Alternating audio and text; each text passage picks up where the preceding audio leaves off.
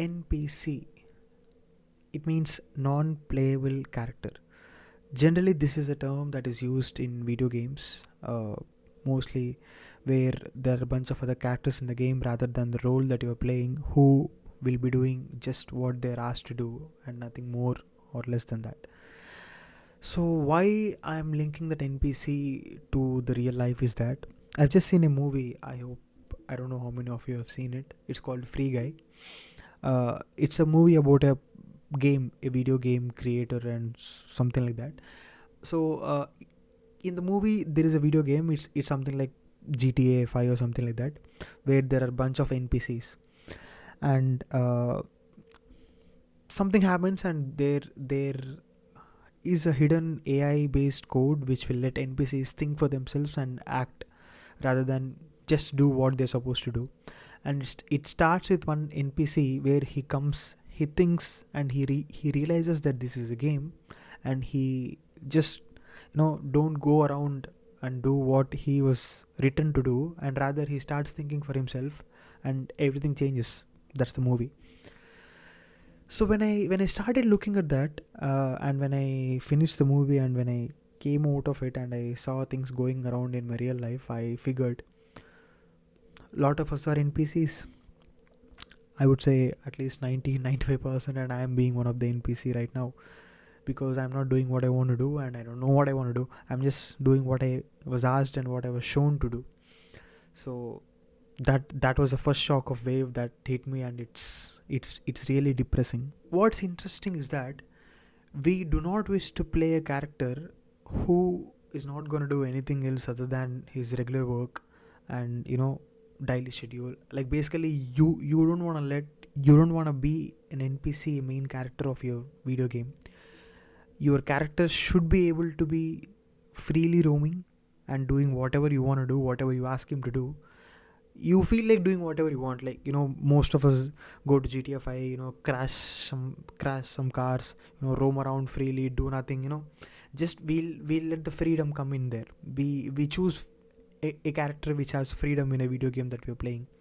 And I don't think no one will see a movie or a picture where a man goes for work, comes back and sleeps, and that's all for a day, or that's all for a week.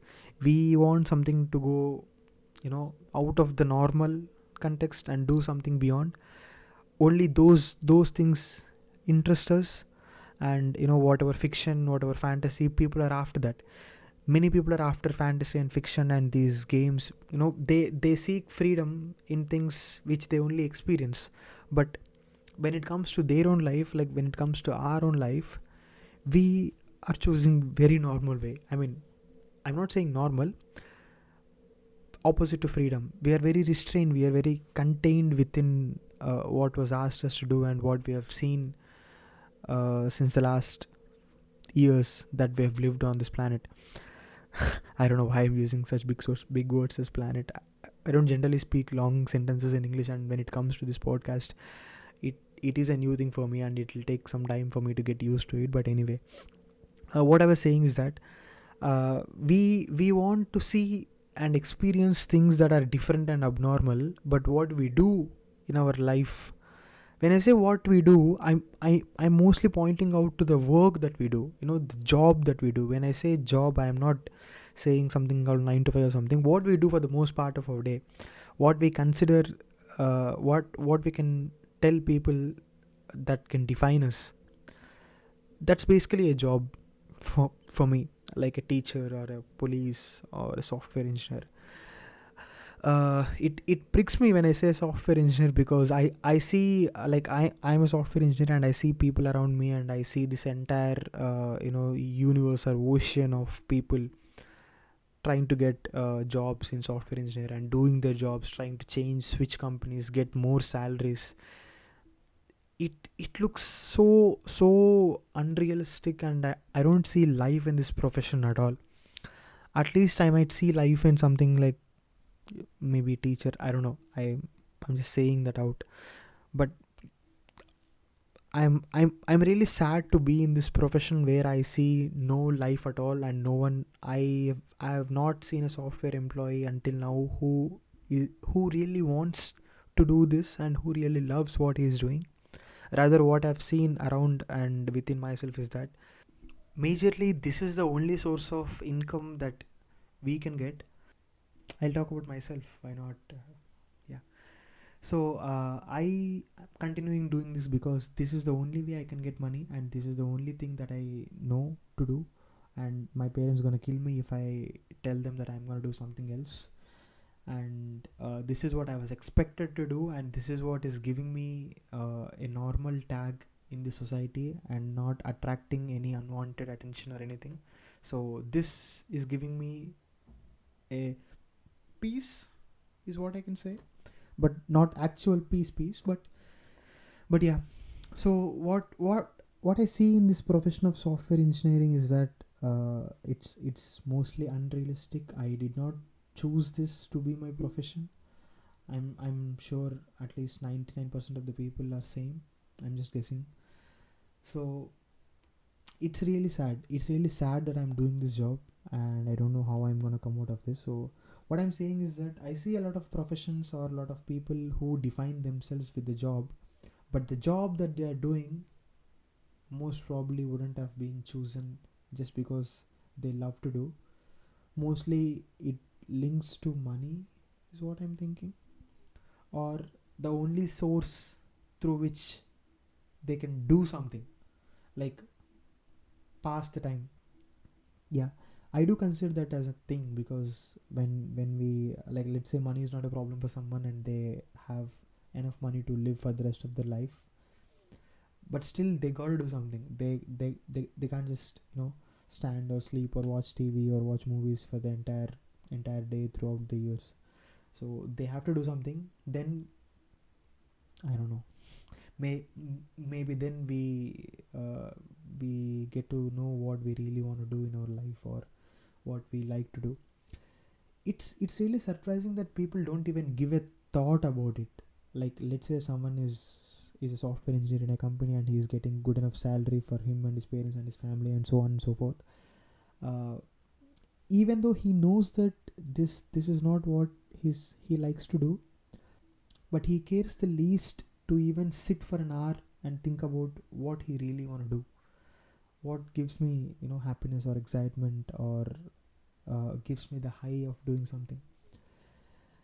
So yeah, what I'm trying to say is that it is within us, it is there in us to live freely and do things that we gonna do, that we love to do, that we want to do, and to find out things that gives us happiness. But it's been, I think, the generations, through the generations, that has been passed through our DNA, and our mind is very reluctant to trigger the point and give us a chance to think about what we really want. But subconsciously it comes out in the form of the video games and movies or stories you like to hear. I think that is there within us. We just have to force break it and then let it out and see. Just imagine a video game being a real life. Even at least 10% of it will make your entire time amazing here. But still we are reluctant to even give a thought about it. So yeah.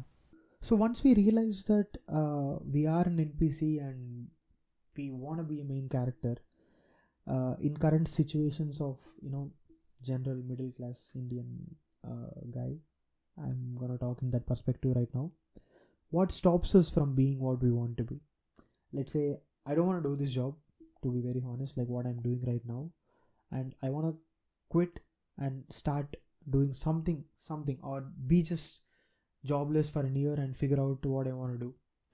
That I really want to do right now. But what's stopping me? The first thing that is stopping me is my parents, which I'm very tightly connected to, and me being the only son puts more weight to this thing, and I cannot just quit my job and let my parents think that I'm out of my mind and make them sad and go nuts. So that would be the primary thing that's stopping me right now. I guess that will be the main reason for many people as well. And for others, there might be additional weights which may be like, if marriage age is coming, they have to have a job to let the parents and the bride's parents agree for a marriage. Or if someone is already married, they have to take care of the family, financial responsibilities, and all those things might come into picture. But yeah, but responsibilities are on one hand, but what about the life? Is your life, how can someone dedicate their entire life only for the responsibilities that they're supposed to do? Then what's the point of living it? This is a bubble. I'm not having a clear thought on this, to be brutally honest, but I'm having this question right now, and I think I'm happy for at least questioning within myself about what is this all about. So a life update of my thing. I'm planning to quit my job next year in April and go on a all India bike trip for a period of 60 days or 70 days, 2 to 3 months, and then obviously come back into this IT profession because, as I said, because of my constraints. So I'm gonna see how it feels to be jobless and do what I love to do.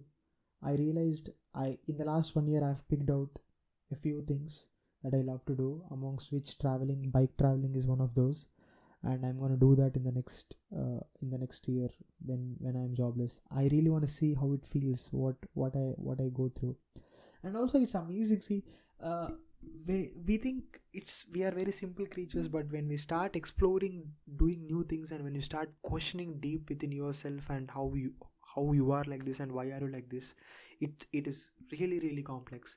When we tend to think that when we like doing something, when we find some art or some passion or some hobby that we like to do, and when we start doing it, we just get bored out of it after like a month or 2 months, or when you achieve something smaller in that, you tend to lose your energy or interest.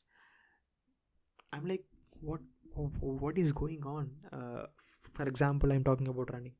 I started running 5 months ago. It was going really good. I ran my first marathon in October. It was wonderful, and I ran my second marathon in December. This time frame between first marathon and second marathon, it was a hell of a ride for me. After finishing my first half marathon, I felt this sense of achievement within myself, and I don't know what made me do that. I'm still thinking and processing about it, but I was very careless and very reckless about my running schedule. I didn't follow a proper training pattern. I didn't run my proper runs. I was careless. I didn't eat proper food.